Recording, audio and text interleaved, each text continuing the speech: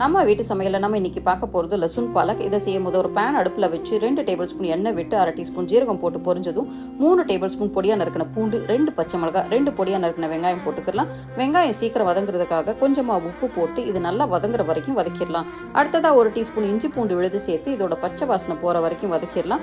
இது கூட ஒரு தக்காளி பொடியாக நறுக்கி சேர்த்துட்டு தக்காளி நல்லா குழஞ்சு வர வரைக்கும் வதக்கிட்டு கூட 1/4 டீஸ்பூன் மஞ்சள் தூள், 1 teaspoon Kashmiri chilli powder, 1 teaspoon மிளகாய் தூள், 3 டீஸ்பூன் தனியாத்தூள் சேர்த்து இந்த மசாலாவோட பச்சை வாசனை போற வரைக்கும் வதக்கிட்டு கொஞ்சமா தண்ணி விட்டு நல்லா கலந்துட்டு ஒரு தட்டை போட்டு மூடி 2 நிமிஷம் கொதிக்க விட்டுறலாம். இதுக்கு ஒரு மசாலா அரைக்க ஒரு மிக்ஸி ஜார்ல 1 டேபிள் ஸ்பூன் பொட்டுக்கடலை, 2 டேபிள் ஸ்பூன் வறுத்த வேர்க்கடலை, 1 டேபிள் ஸ்பூன் வறுத்த எள்ளு போட்டு கொஞ்சம் தண்ணி விட்டு நைஸா அரைச்சு வச்சுக்கிடலாம்.